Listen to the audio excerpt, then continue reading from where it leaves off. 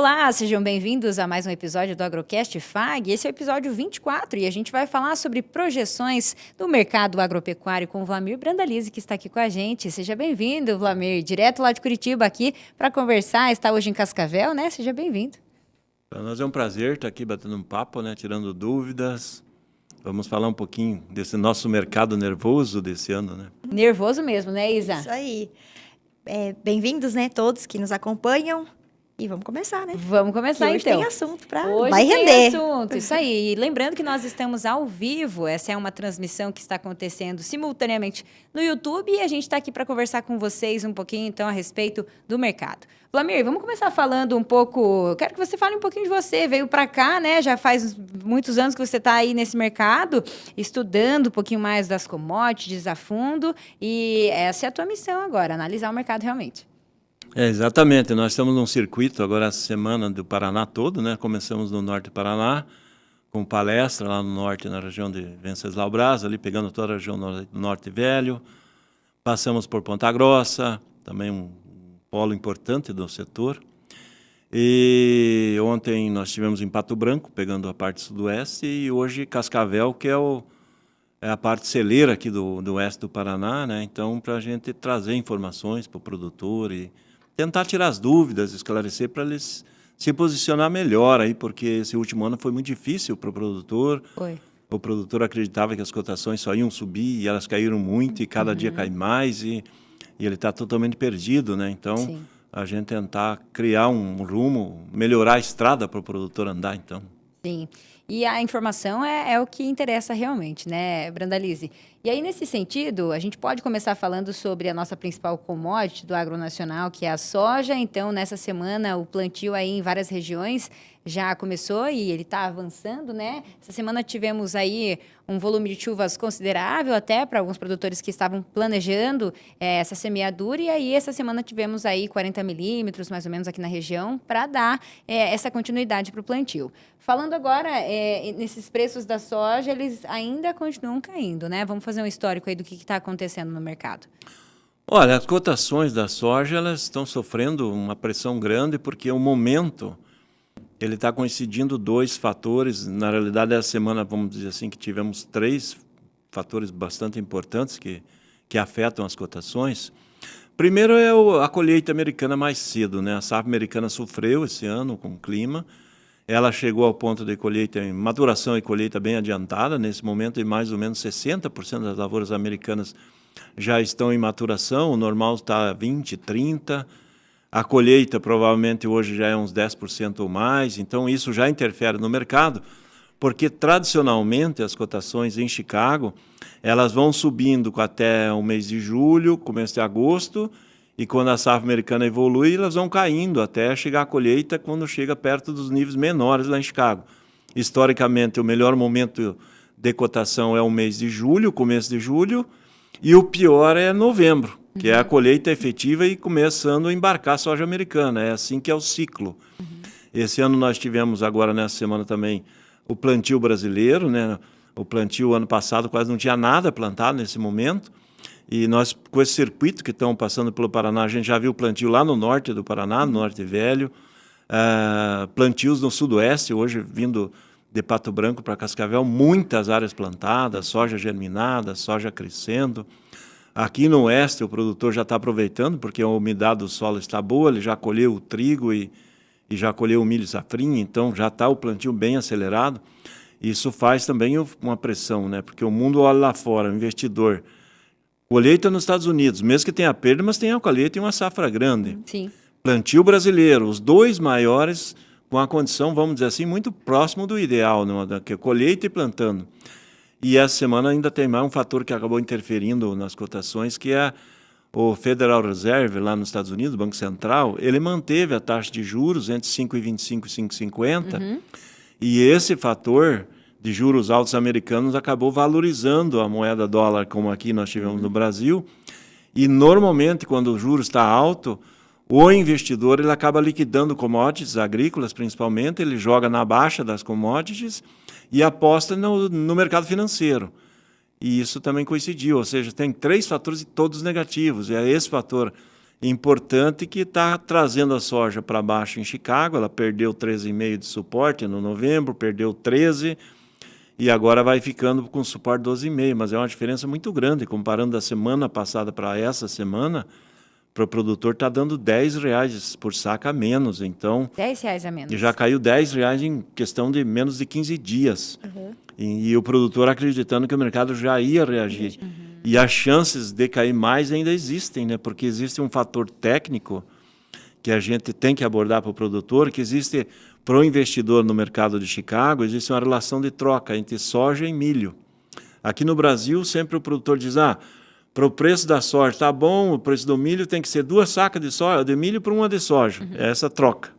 Seria o ideal. É o ideal, padrão. Seria um padrão que está dentro disso. Lá no mercado americano, tem que ser 2,2 bushels de milho por 1 de soja. Só que a relação, nesse momento, está dando 3 bushels de milho por 1 de soja. O que é isso? É a questão que a soja tem que baixar mais para se equilibrar por milho. O milho subiu um pouquinho, mas a tendência ainda continua pressionado para baixo, porque tem os fatores fundamentais, que é plantio e colheita, tem um fator técnico, que é o mercado financeiro, por causa de juros, e tem esse fator gráfico, que o produtor não sabe, que é mais um fator. Então, todos os fatores do momento ainda são apontados para baixo. O mercado ainda continua com espaço para cair um pouquinho mais. Um pouquinho mais. Hoje, para a gente ter uma ideia, aqui na nossa região, por exemplo, a saca da soja está sendo cotada a R$128, né? O que semana passada já estava um pouco mais alto, né, Brandalize? E vamos lá para continuidade aí, falando sobre o mercado, Isa? Você falou aí, né, sobre o milho. Sim. E a gente terminou agora a safrinha, a colheita, também a colheita do trigo. Como que está o movimento ali no porto, né, para essa questão de carregar, escoar? Olha, agora o milho começa a tomar conta dos portos, né? Os portos aqui do sul, principalmente, os portos do norte terminam de embarcar já, vai ficando mais Paranaguá, que é um porto importantíssimo, né? É um gargalo, continua, né? Porque nós temos hoje uma projeção de embarque de exportação de milho em setembro de 10 milhões de toneladas. Se a gente for olhar, são quase 170 milhões de sacas, é quase uma saca por brasileiro. Então, para a gente contextualizar como é grande a coisa, né? E os nossos portos todos, eles têm uma capacidade, assim, funcionando normal, de 18 milhões de toneladas de grãos. E os nossos portos não sofreram investimentos para melhorar isso. Por que está atrapalhando até o produtor, as divisas que entram? Porque nós estamos embarcando, vamos continuar embarcando milho, e ainda tem muita soja para embarcar. Então, a soja deve embarcar mais de 6 milhões de toneladas. Então, soja e milho já toma conta do porto, dos portos brasileiros. Isso é um fator que acaba limitando e trazendo aquele momento que o produtor sempre reclama, né? Começou a aprender hoje que existe um outro fator que forma a cotação, né? Que tradicionalmente é valor de Chicago, o valor do dólar, e está feito o valor em dólar. Daí estabeleceu. Só que tem um outro fator que é o prêmio. O prêmio é uma cotação também no porto, tanto para milho como para soja, existe, cada um tem o seu. Se o porto estiver muito lento para embarcar e tiver pouco comprador, o prêmio cai. Se tiver muito comprador e fluxo bom, o prêmio é positivo e sobe. E como nós tivemos um momento muito crítico no mês de março e abril, que nós tivemos o prêmio de 230 pontos negativos. Isso é $2,30 por bushel. Isso dá $5,5 por saca a menos para o produtor. Porque o que fez? Estava com muita soja ofertada, muita soja no porto, o porto não conseguindo receber volumes de navios, e o navio chegando para carregar, e teve navio que teve que ficar 75 dias parado para poder atracar e carregar e ir para a China. E um navio desse custa entre 25 a 50 mil dólares por dia. Se o navio é um navio top, aquele de 80, 90 mil toneladas, é um navio de 50 mil dólares. Se ele ficou 50 dias parado, 2,5 milhões de dólares que o navio cobra do serviço, ele está ali já esperando, e é descontado do valor da carga. Então, é por isso que se forma o prêmio, né? E esse prêmio é tirado do produtor, porque eu estou conseguindo colocar a soja nesse valor, a carga valeu isso. E essa é a formação. E o produtor não tem a noção. Ele está mas o prêmio está baixando e acha que estão tomando dele. Na realidade, a gente está pagando para o navio ficar parado lá, os marinheiros ficaram ali esperando, é o custo, se ele estivesse navegando, ele estaria transportando no processo, ele ficou às vezes mais tempo parado do que o tempo de ir até a China e afetou, né? Ele está afetando, mas esse mês o milho, ele já está numa condição melhor, nós saímos do período mais crítico, e prêmios de milho é de 50 a 70 centavos, prêmio da soja 70 centavos positivo, mas o ano que vem vai se repetir o mesmo problema, porque os portos são os mesmos, não aumentou a capacidade. O Brasil está exportando mais de 100 milhões de toneladas de soja, nós vamos exportar mais de 55 milhões de toneladas de milho, e nós estamos estrangulados. Os portos brasileiros, nesse momento, para o produtor ganhar prêmio positivo, como é um padrão americano de sempre ser positivo, nós teríamos que dobrar a capacidade dos portos de embarcar. Então, veja como a gente tem que trabalhar e melhorar para o produtor receber mais no futuro, né? Essa é a condição. Porque nós já temos uma vantagem no mundo, tanto para milho como para soja, porque o nosso milho é o melhor milho do mundo, hoje considerado que vai para exportação. E a nossa soja é a melhor soja do mundo porque ela tem o maior volume de proteína no grão. Então, a proteína americana ela tem 42% de proteína, na soja americana, nós tem de 44 a 48 e a Argentina 42 a 44. E quando a gente vende um farelo, quando vai fazer uma ração, o farelo é usado na ração pela proteína. Se você tem mais proteína, você usa menos farelo. Então, a nossa tinha que valer mais. Mas o problema nosso de logística, de portos, de dificuldade, acaba deixando o prêmio negativo.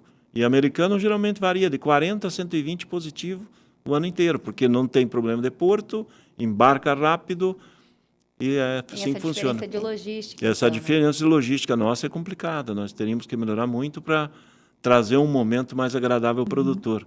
O produtor ainda lembra que no ano passado, da cotação que chegou a R$200, 200 e poucos reais, porque nós estávamos numa safra menor, a safra foi muito mais inferior, né? 126 milhões no ano passado, esse ano é 156.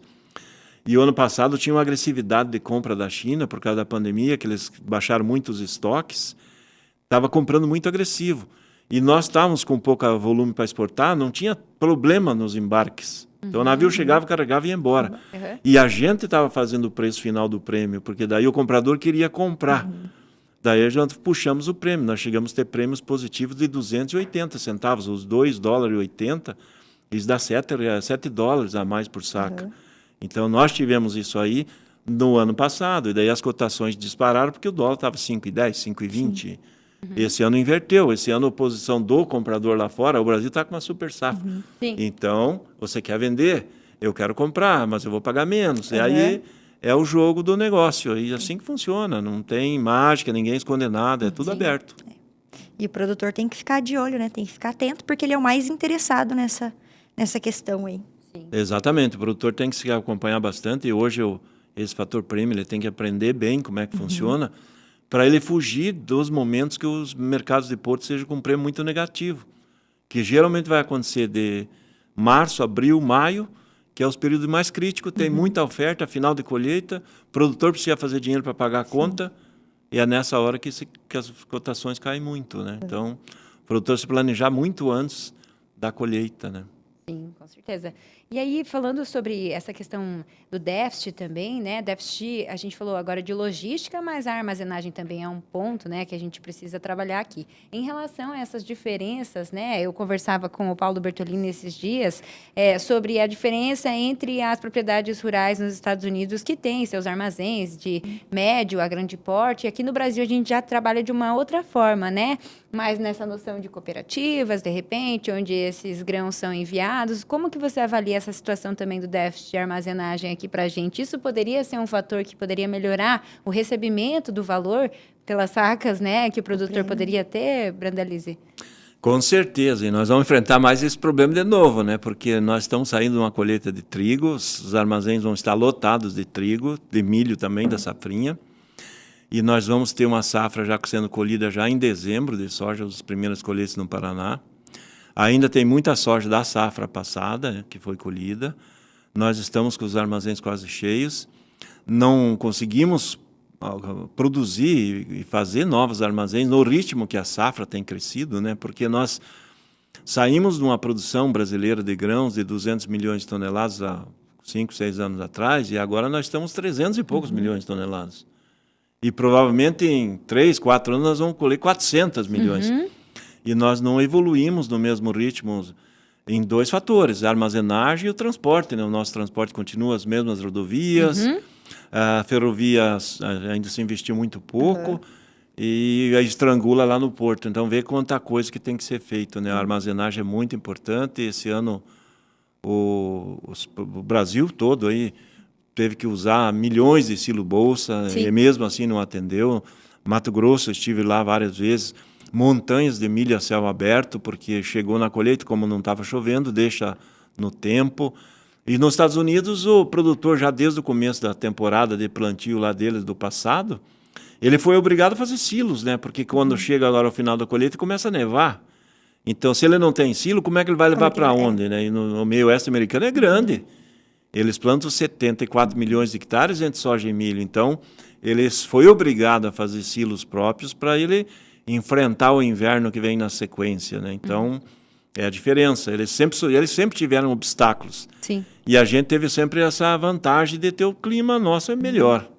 E nós temos 2 safras, né? Agora 3 em alguns lugares. E agora 3 safras. Essa até. questão da armazenagem, nós temos que correr atrás e a gente não vai vencer ela tão rápido para equilibrar a situação. Nós vamos evoluir muito na produção e a gente não está conseguindo atender nem o mínimo, né? Nós vamos sofrer de novo.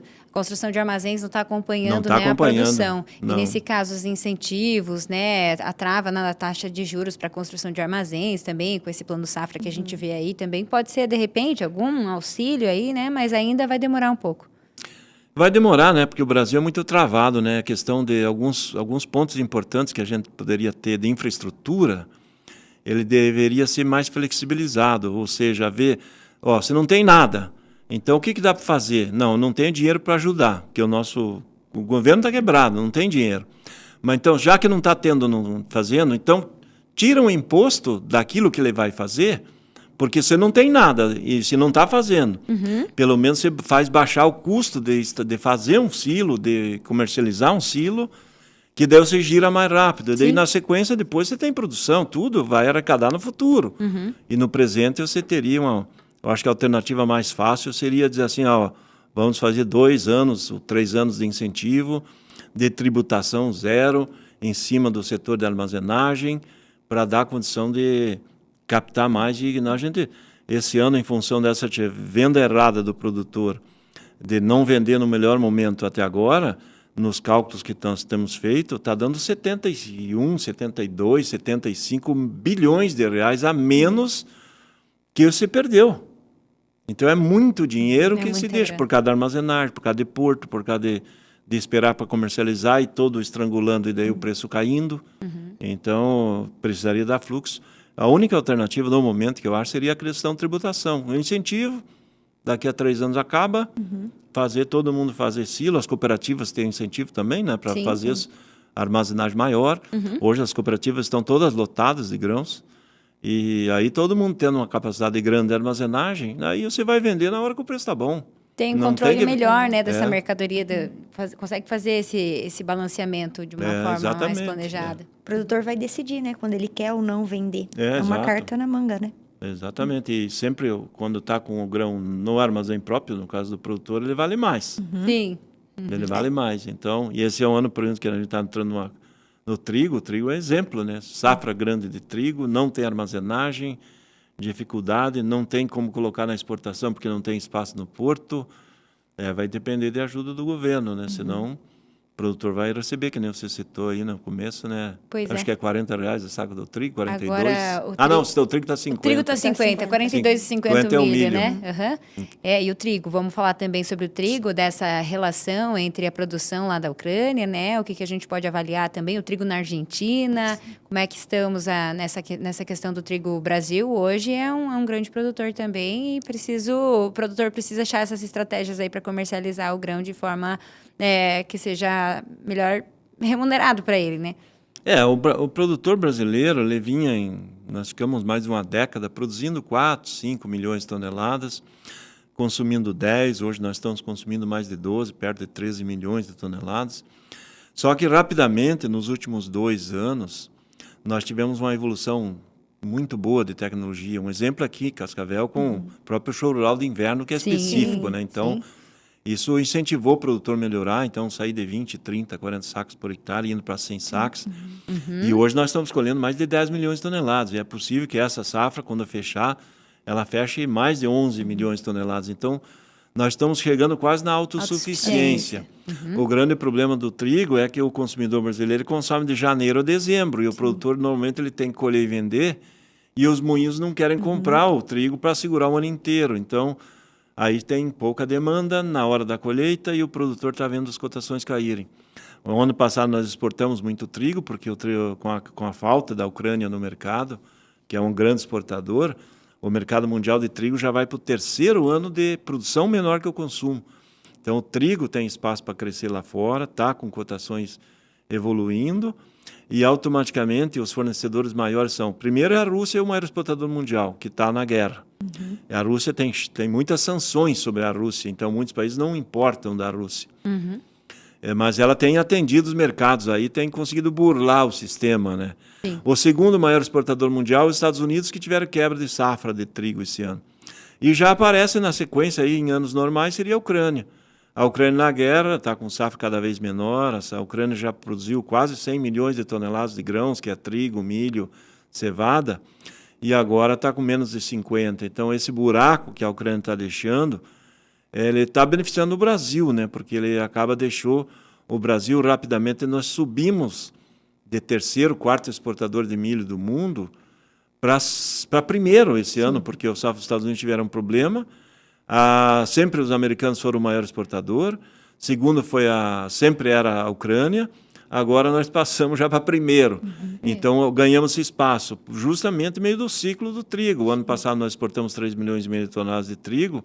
Esse ano vamos exportar umas 2 milhões e meio, mas nós esbarramos. Como nós estamos exportando muito mais milho, não tem espaço no porto para chegar. Agora colheu o trigo, não tem demanda interna. Vamos exportar, mas não tem porto. É aí que começa. O trigo está com o grande problema, que é a questão de liquidez logística. Daí vai depender, como é um produto da cesta básica, né? Sim. Ele vai depender de apoio do governo por causa do preço mínimo. O preço mínimo é mais de R$80. Então, aí o produtor vai ter que ter apoio do governo, porque o mercado vai só começar a reagir quando os portos derem condição de exportar, que vai ser lá em final de novembro, dezembro, na virada do ano. A virada do ano. Esse é o gargalo do trigo, né? Outra commodity que a gente precisa destacar aqui também, um boi gordo, né? Para a gente fazer um histórico aí, hoje arroba em torno de R$200. E é o que a gente vê, né? A gente fez até uma projeção esses dias, a gente exibiu uma reportagem no Agrofag dizendo que setembro do ano passado para setembro desse ano teve uma queda de 37% mais ou menos nesse preço da arroba, né? O que estava R$320, R$310, hoje R$190, R$200. Exatamente. Então, esse mercado agora que a gente começou a ver essa reação, além do ciclo da pecuária, outras questões que estão interferindo, né? Custo de produção, o que vai também modificar um pouco nessa questão da venda, a gente conversava sobre a troca, né? A troca do bezerro, né? No caso, a gente pode chamar isso de a relação de reposição, troca né? do boi gordo com o bezerro, reposição de bezerro. Como é que a gente avalia essa questão também? Tem uma boa expectativa para o mercado futuro, né? O mercado da carne bovina, ele é um mercado que nós somos líder mundial. Então, para ver como é que é. Nós somos o maior exportador mundial de soja. Esse ano, a partir desse ano, assumimos o primeiro posto com o milho também. Já somos no setor de laranja, açúcar, café, fumo. Então, o nosso lista de maiores é quase grande. Total da alimentação e da bebida mundial.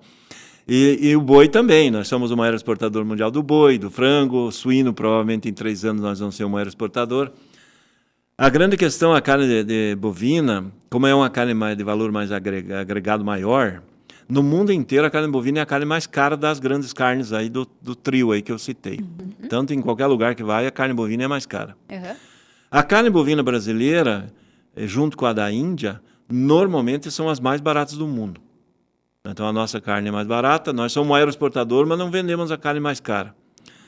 E a Índia, como ela também produz o gado indiano e o búfalo, são carnes que é para a indústria. Industrial, fazer hambúrguer. Então, são carnes baratas. Só que são muito sensíveis, né? E nós temos... No ano passado, nós estávamos exportando carne aí na faixa de $5.500, $6.000 a tonelada. e sem um problema nenhum de vaca louca, tudo fluindo bem. Esse ano, quando chegou lá em março, nós tivemos 2 casos da doença atípica de vaca louca, só que isso impacta, porque, primeiramente, muitos países já cortam a importação, e o primeiro passo é que o mercado derruba as cotações. Nós perdemos $1.000 por tonelada nessa brincadeira de ter vaca louca. E isso demora muitos meses para recuperar. Nós já estamos recuperando o volume. Depois do volume que se recupera o valor. E isso fez um impacto no preço do boi interno vir para baixo, porque como nós temos um peso grande na exportação, a exportação representa muito no valor da carne interna. E esse ano, coincidentemente, também nós temos um problema que a demanda do consumidor brasileiro está muito fraca. Sim. Ele optou agora por outras proteínas, né? Foi para o frango, foi para o ovo, inclusive, foi para o suíno. O peixe cresceu também, né? O peixe. A gente consegue ver também essa saída, né, do consumo de carne bovina justamente por conta do poder de compra, e aí isso refletiu também, né? Exatamente. E agora a carne bovina começa, diz assim, bateu no fundo, porque o pecuarista acabou, que a gente chama desovando matrizes, tudo, para dizer, agora eu tenho que ter um plantel de melhor qualidade para pegar um valor melhor. E agora a oferta de campo, né, do pecuarista já começou a diminuir. As escalas dos frigoríficos já está menor, antes estava com muita oferta, né?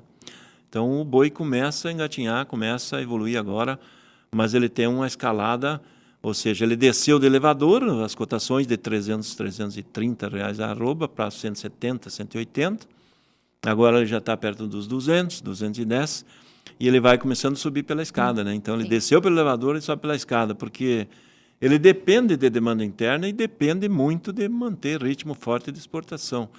E, ao mesmo tempo, nós temos uma concorrência, que nem já citou, né? Nós temos o frango mais competitivo do mundo, nosso frango é o mais barato do mundo, nosso frango é o melhor em qualidade, ele tem todas as vantagens. Nós estamos exportando muito, mas nós estamos produzindo frango na carga total. Nós vamos produzir 15, 16 milhões de toneladas de carne de frango, vamos exportar mais de 5 milhões, e ele compete diretamente com a carne bovina, então ele também atrapalha, né? Suíno evoluiu bastante, né? Esse setor de suíno e frango, eles estão se beneficiando esse ano por causa do soja mais barata, o milho mais barato, né? Nessa condição. E teve uma projeção aí da Conab, né, que saiu, acho que anteontem, dia 19, alguns dados, né? Essa semana? Isso. Falando que a gente vai ter uma redução aí de 9% no milho para a safra 23 e 24 por conta do El Niño. Mas, em contrapartida, a gente vai subir no arroz e no feijão. Qual a sua projeção sobre isso? Olha, com relação ao milho, eu acho muito antecipado, né? Porque até poucos dias atrás as previsões eram de um El Niño bomba, que ia atrasar chuvas, que ia atrasar plantio e ia trazer problemas. Todo El Niño causa problemas, sempre foi assim. A grande questão é que o El Niño está chegando, está aí já em ação, mas o que a gente tem aí? O plantio começando a andar, algumas regiões chovendo normal. Então, nessas regiões que a gente está chovendo normal, por exemplo, no Paraná, dentro do normal, o que o produtor está? Ele tem 2 opções. Ou ele planta milho ou planta trigo. Ah, não vou plantar nenhum. Deixar o solo em descoberto, daí ele vai perdendo a produtividade da soja do ano que vem, na sequência. Então, não acredito isso, porque ainda está muito longe do plantio da safrinha. Centro-Oeste, pegar o Mato Grosso, por exemplo, que é o maior produtor de milho safrinha, né? O produtor não vai plantar porque o preço do milho está barato, não cobre custo e tudo. Isso aconteceu muitas vezes para trás e o produtor nunca reduziu a área. Ou seja, ainda eu acho cedo para definir que nós vamos ter uma safra menor. E normalmente, nesses momentos de crise, a única saída que eu vejo quando o produtor, para ganhar, ele tem que melhorar a produtividade, gastar menos e produzir mais. E aí, em vez de ele estar vendendo um milho a 70, 80 reais e custando 60, ele pode vender um milho a 45 reais e custando 35, continua ganhando. Então, nós temos que ver que a agricultura hoje é um ciclo. Nós temos a necessidade do milho para a palhada, para o ciclo das lavouras. Então, é difícil de imaginar. Em princípio, sim, há uma tendência do produtor reduzir um pouco, como já está acontecendo em alguns casos aqui do milho da primeira safra. A segunda safra existe uma grande dúvida, né? Sim. Porque existe uma área imensa de soja que, né, o pessoal não vai deixar Não céu vai deixar. aberto. Eu acho que não vai deixar lá e vai esperar não ter palhada Sim, depois. Solo descoberto Solo também, descoberto, né? isso é perda para o produtor. E é diferente da situação que nem você citou, né? Do arroz e do feijão, né? O feijão ele vai para um ano meio normal, né? Porque a cotação do feijão não está aquela grande coisa para estimular o produtor a crescer muito. Mas há uma expectativa que abasteça o mercado interno. O Brasil também está começando a ser exportador de feijão. E as opções de feijões diferentes Sim, também, opção, né? De tem variedades. vários alternativas lançamentos, de né? qualidade. O Isso. produtor, não estou gostando do feijão carioca, porque o preço do carioca está R$200. Eu tenho um vermelho que está pagando 300. Então, vou no vermelho. O preto está 250. Então, o produtor tem alternativa. E para nós é feijão, né? Sim. Tem um que gosta mais do preto, do carioca. Mas feijão é feijão. Feijão. Tá no comida típica do brasileiro, não Tá é? todo dia no prato ali, né? Uhum. Esse ano nós estamos sofrendo, né? Que é o parceiro dele é o arroz, né? O arroz veio de quedas de plantio, a área vem reduzindo a área do arroz do Brasil há 30 anos. Lá Quase no Rio Grande do Sul, principalmente, né? Sim, o Rio Grande do Sul já plantou mais de 1.200.000 hectares de arroz e esse ano tem 800 e pouco que teve, né? Agora, pela primeira vez em quase 30 anos, nós vamos ter um leve crescimento de área no arroz, porque o arroz, pela primeira vez na história, nos estados centrais, ele está valendo mais que a soja. Só para fazer um comparativo. Mato Grosso, o arroz é R$150, a soja é 120, 115. R$150 agora tá valendo o arroz? Lá no arroz do Mato Grosso, 150, Tocantins, 150, o arroz. Isso porque a teve soja. demanda? Está tendo demanda, continuamos tendo a demanda, né? O consumidor brasileiro é o prato do dia a dia, é a comida mais barata que tem. O arroz brasileiro é o mais barato do mundo, então isso faz com que a gente consiga comprar um alimento básico barato. E automaticamente, como agora a cotação do arroz melhorou e dá condição do produtor produzir com margem de lucro, vamos ter um crescimento de área. O ano que vem a gente vai colher um pouco mais de arroz. E tem um fator aí que a gente começou a ser exportador grande, né? Nós estamos exportando quase 2 milhões de toneladas de arroz. Hoje nós estamos entre os grandes exportadores de arroz. E lá fora tem um problema grave. O El Niño está afetando mesmo as lavouras. E a Índia já está no segundo ano de problema climático, em função do El Niño, da Laninha. A Índia é o maior exportador mundial de arroz. E ela bloqueou a exportação de arroz desde o mês passado. E até o ano que vem não exporta mais. Então, o mercado do arroz subiu 30% em cotação. Então, para a gente importar é caro, ele subiu de valor em dólar. E a gente tem a facilidade de exportar. Então, o arroz começou a se valorizar, o produtor valorizou. Então, planta mais. Esse é o ciclo do sistema que nós estamos caindo, e agora vamos plantar um pouco mais. Muito bem, e aí a gente também pode falar que semana que vem, né, você vai estar lá no dia 29, sexta-feira, em Jaciara, início, né, do plantio nacional da soja. Então, grandes expectativas aí também, né, Brandalize? E como é que vai ser esse evento aí? Todo o Brasil de olhos lá em Jaciara. Semana que vem é a abertura oficial do plantio da soja do Brasil, né? O mundo inteiro vê isso, né? Porque o Brasil é o maior exportador mundial. E o Mato Grosso é o maior produtor de soja como estado do mundo, né?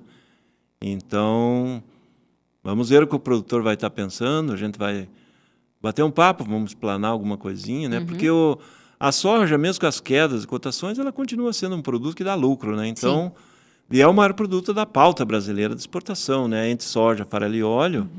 O ano passado a gente faturou 60 bilhões de dólares.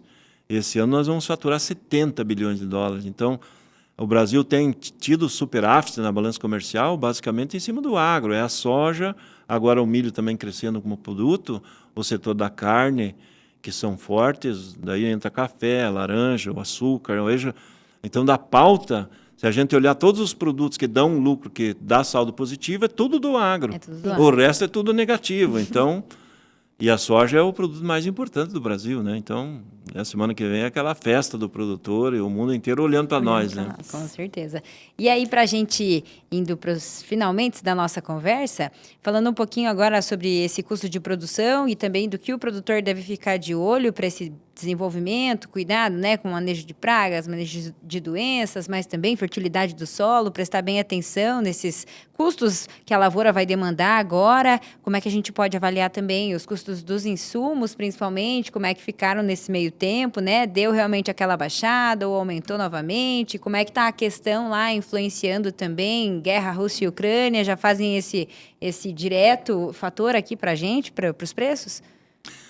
Isso é importante o produtor começar a acompanhar, porque nós tivemos o ano passado talvez as cotações históricas maiores dos insumos, de fertilizantes, defensivos, eles subiram, foram lá para a lua praticamente, né? Mesmo com cotações altas da soja, o produtor ainda vendo que a margem é apertada. Daí nós entramos num ano que a cotação dos insumos caíram drasticamente, né? Fertilizante saiu de 7, 8 mil reais a tonelada para 2 mil e poucos reais. Agora já está perto de 4.